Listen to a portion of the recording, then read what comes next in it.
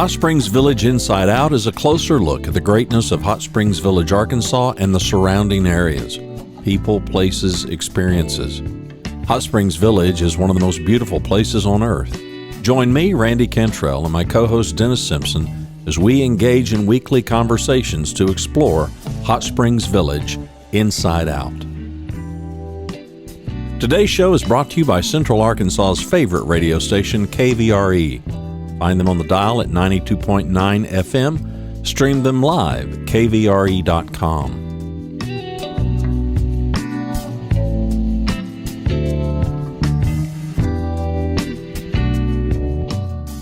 Today's show is brought to you by RE/MAX of Hot Springs Village. The award-winning RE/MAX of Hot Springs Village is the largest real estate office inside the village with over 30 full-time agents and support staff. Visit them to learn more about this beautiful place to solve your real estate needs. Call them at 1-800-364-9007. Find them online at explorehsv.com. They are RE/MAX of Hot Springs Village at 1-800-364-9007 or online at explorehsv.com. HSV Inside Out is also brought to you by Ike Eisenhower State Farm. Ike and his award-winning team have been serving the insurance needs of folks all around Hot Springs Village since 1998.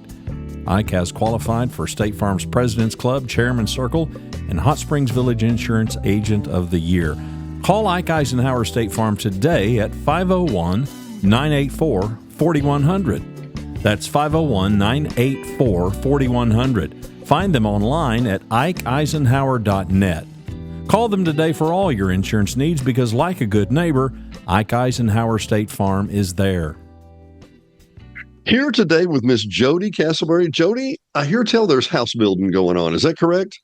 There is quite a bit of house building going on. Yes, sir, there is. Well, and thanks for joining us today. We're going to have a lot to talk about. I think we're going to have several episodes in the future. But for now, today, if I was from California, which happens, or Texas, absolutely, and I wanted to build a house, how would I build a house long distance, Jody? You trust your builder. That's how First, you do it. find a good builder. First, you find a good builder that you trust. I feel like that is imperative.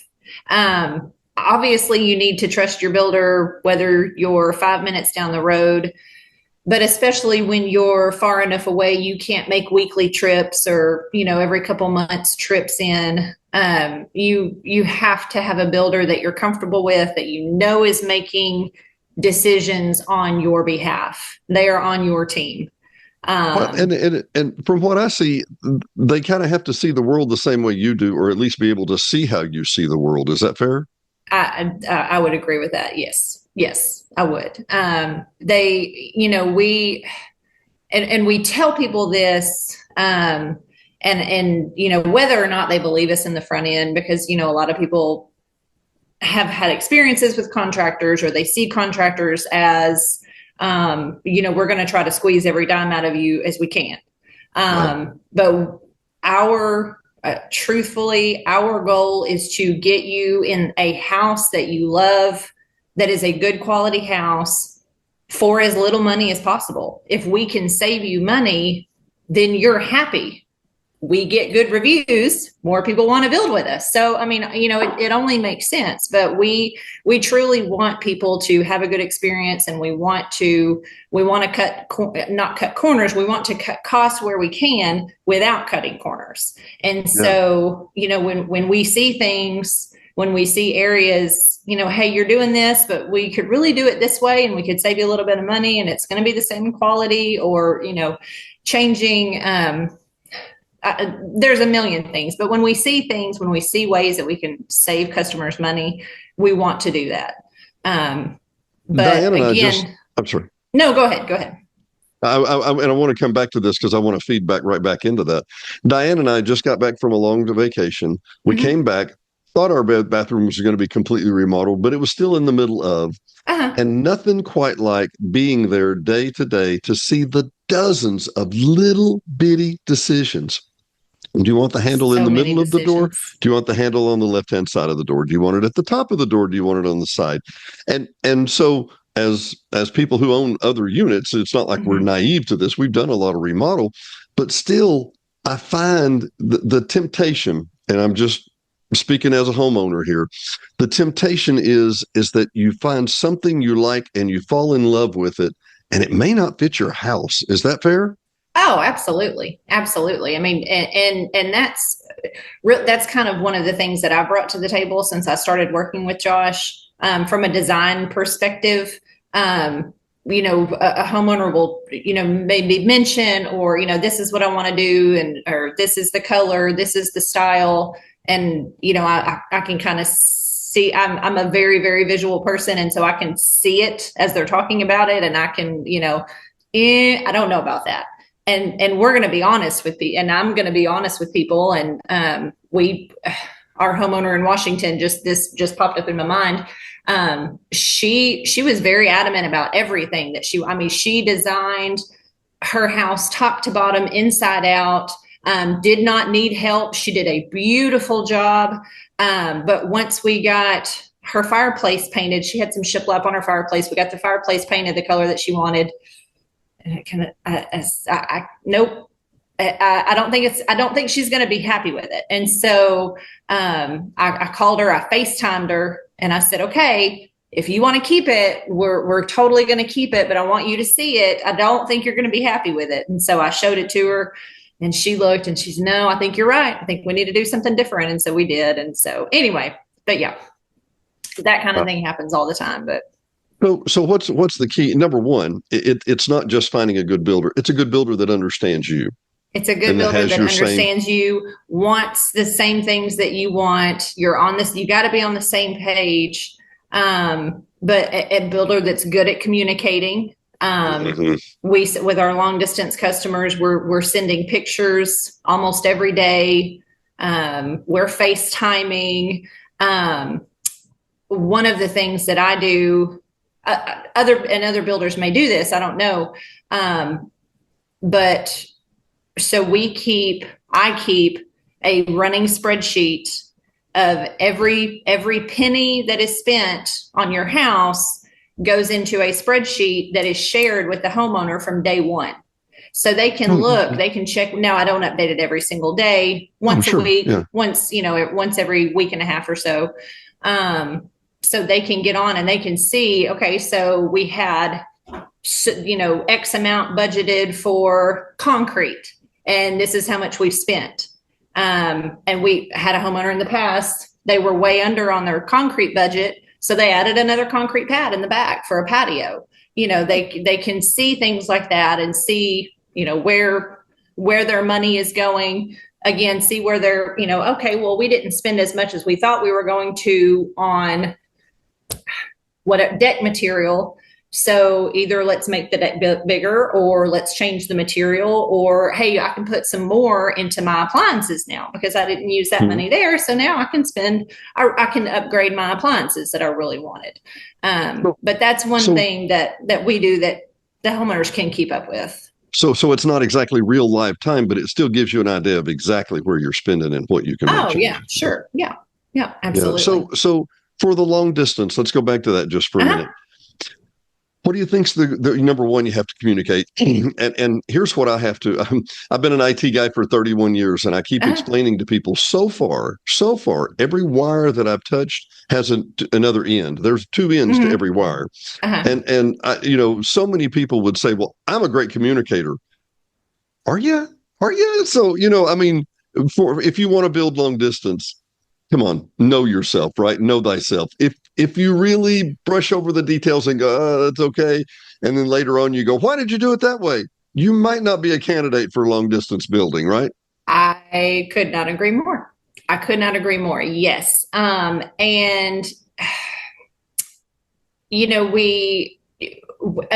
we do our best to communicate. And even then, and I think a lot of it just has to do with your personality type. Are you the personality type to get stressed out over every little thing? Are you laid back?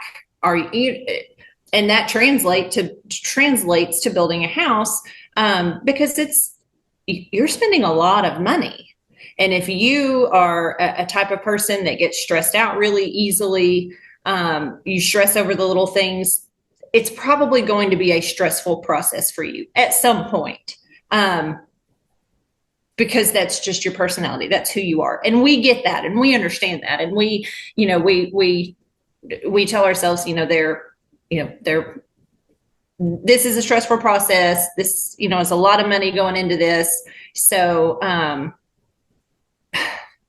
trying to figure out where my train of thought is going. You might have to cut this a little bit. Sorry. My ADD. My phone's going nuts over here. I have no problem with ADD at all. I've given into Oh my goodness. Oh my goodness. Yeah. And I should have taken my medicine this morning, and I knew I should have. So yes, it can be a stressful process, but yes, communication is key, not only for us, but as you were saying, for the homeowner, making sure to let us know, we kind of chatted about that. But did we make a different decision? Because, you like you were talking about, where do you want this door handle to go? Where do you want this this cabinet pull to go? Where do you want this? There's so many little things. And that's another thing that I've kind of brought, since I started working with Josh, keeping a spec sheet of almost every decision. But again, like you said, there's so many, and sometimes we just miss some of the little things. But keeping a spreadsheet of all of the decisions and going through it, and the homeowners can see that, and then they can go back and say, now I know that we said we wanted this color for this bathroom, but now we've changed it. And then I can change it on the spreadsheet, and, things like that. But yes, the communication is key, going both ways, because we're going to go with the information that we have. And and everyone thinks they're a great communicator. I'm a great communicator. It's obviously your problem, Jody. Or, I've tried to convey that to you. I said blue. Don't you remember me saying blue? Yes. And the fact of the matter is, yes, I dreamed blue and thought I told you, but maybe I didn't say those words. And I see what you're saying by documenting that and sending it back to me. You still said green, Dennis. It's the teal green. It's not the whatever. Our particular project was maybe 10 by 15. Okay. Mm-hmm. Not a big space. And as a contractor, you'll know it's not how big it is. Sometimes the small ones can have millions of details, and the big ones are like, not a big deal. What would you tell the average person that okay, get ready. We're going to have to communicate. We're going to have spreadsheets that you can look and see where your progress is. I guess for me, from an outsider, what I see is, I see somebody that buys something. I have this one piece of tile and they fall in love with it and want to design their house around it. Not a good idea necessarily. And the other is the things that you think will just stop the project don't always stop the project. Sometimes it's in your mind. Is that true? Mm-hmm. Oh yeah, for sure. And is a lot of things, people, outsiders looking in, that aren't familiar with the construction process, things that will stop the project that they don't realize, or, hey, I'd really like to do this. Well, we've kind of gone forward with this other thing in mind. Now this is really going to change things.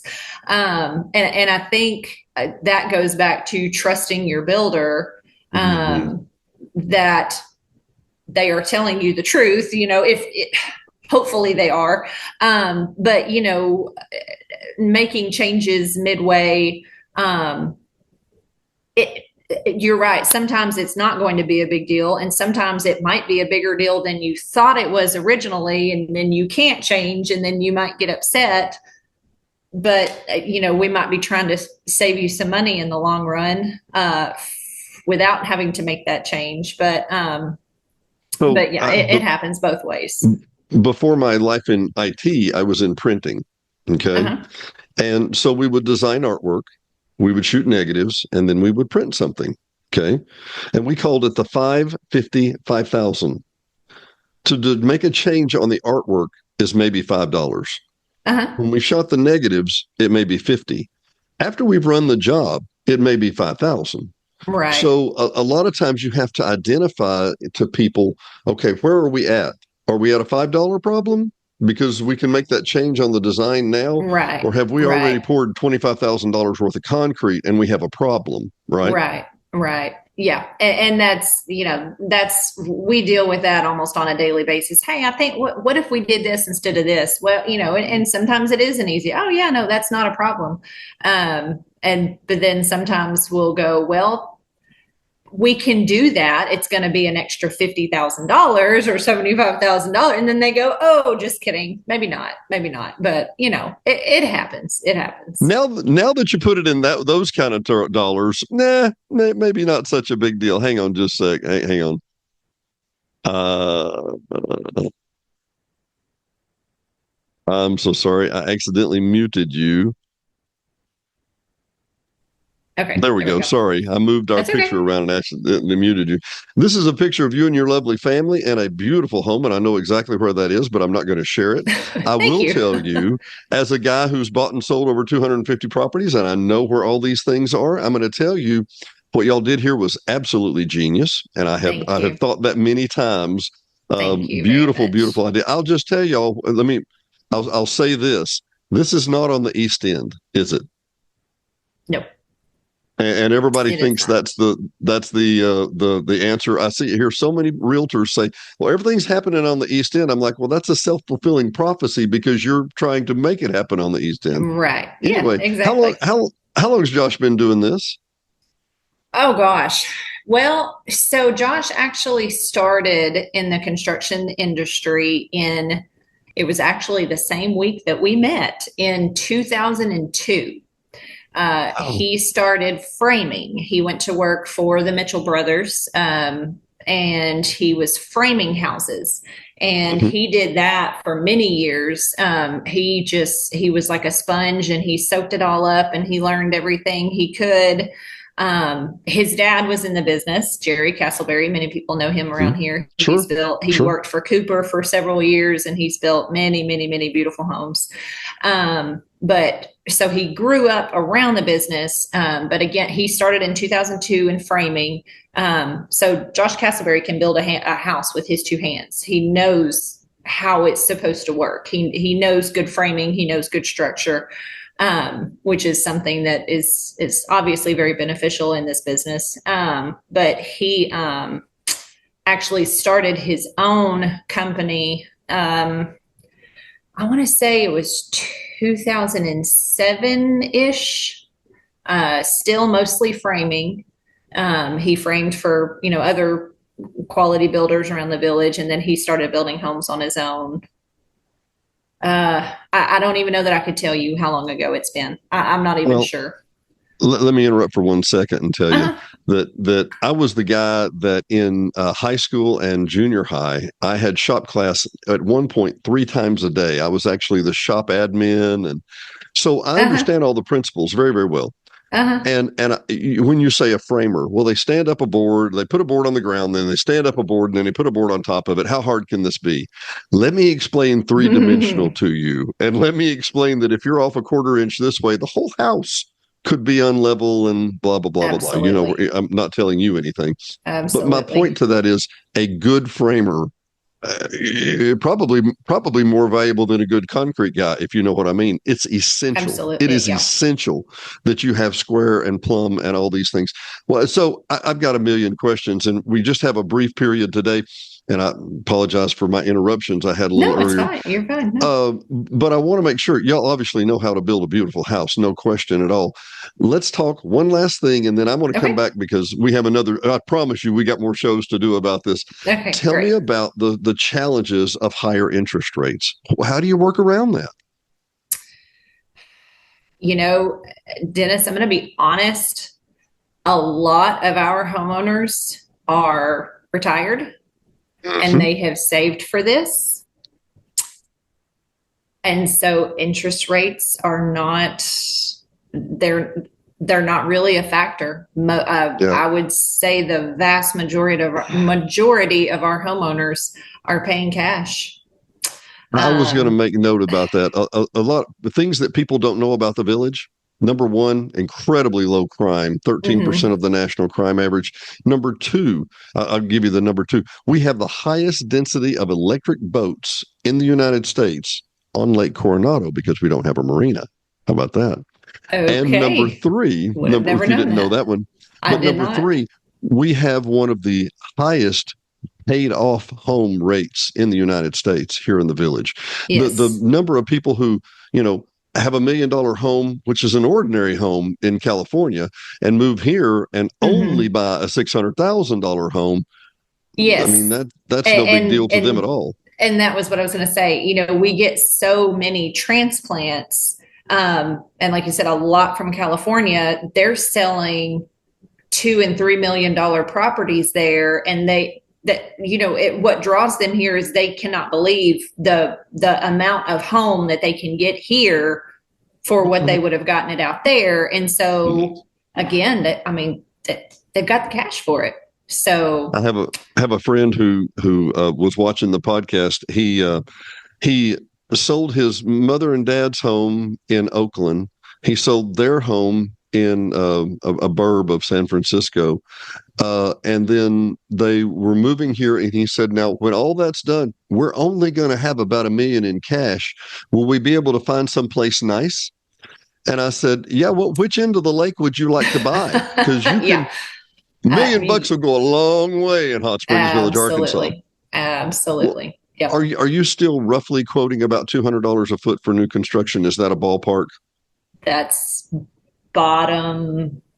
It's hard to get a house for $200 a square foot right now. Really? It's very, I say that you can do it for a home that we are willing to put the Castleberry name on, because we're not willing to skimp on the quality of the products that we use, the building material that we use. Right. Now, if you're doing concrete floors, cheaper countertop materials, if you're buying pre-made cabinets, things like that, it can be done. I don't want to say it can't be done. Sure. But for a custom built, custom cabinets, some type of flooring, quartz, granite countertops, things like that, it's really, really difficult to get it. And now I say that, so what a lot of people don't understand, or they don't think about it, and something I didn't think about it. When you take, let's see, you take this house, and it's a very basic house, a straight gable, not a difficult roof, low pitch roof. And but it's 2,800 square feet. It's a good size house. It might price out at, $220 a square foot. Well, you take that same house, but you shrink it down to 1,600 square feet. It's going to price out for a lot more per square foot, because you still have to have the countertops, and you still have to have the appliances, and you still have to have all of these things, and you have smaller square footage to divide it by. Are we stuck? And I keep saying, I love talking with you, and you're a pleasure. You're so insightful here. Are we stuck with 3-2s in the village? I mean, I see everybody building a 3-2, but it's a couple. It's just two of us, people. Come on. I mean, for the most part, yes. But I mean, do you mean like for spec homes or for like custom? No, I'm just saying that the average Joe Blow comes in and they say, well, it's got to be a 3-2. Well, why does it have to be a 3-2? It's just the two of you. And we've priced the people that move in behind you, the people that move in behind you aren't going to have 15 kids, more than likely. Yeah. And we do price some, and we actually just priced one. I believe it's here in the village, and it was just 2-bedroom, and then they, making the other bedroom a workout room, or they make it an office or something. So I mean, it happens, but yeah, I'd say the majority of people they're doing 3-bedroom, 2-bath. Well, and for realtors, the realtors, it's got to be a 3-2 so we can resell it, right? Right. Yes. Which I understand that too. I do. Yes. Yes. Jody, it has been a pleasure. I have one last question. Will you come back with us again? Absolutely, I will. I certainly will. Can will. you bring Thank some you. pictures next time and bring some pictures and we'll talk about your beautiful homes, okay? Sure. I will do it. Thank you. I really appreciate it. Thank you. Jody, it's been a pleasure. We'll be back. Hot Springs Village, Inside Out. Thank you. Thanks for watching and listening to Hot Springs Village Inside Out, a weekly podcast starring Hot Springs Village, Arkansas. Visit the website at hotspringsvillageinsideout.com.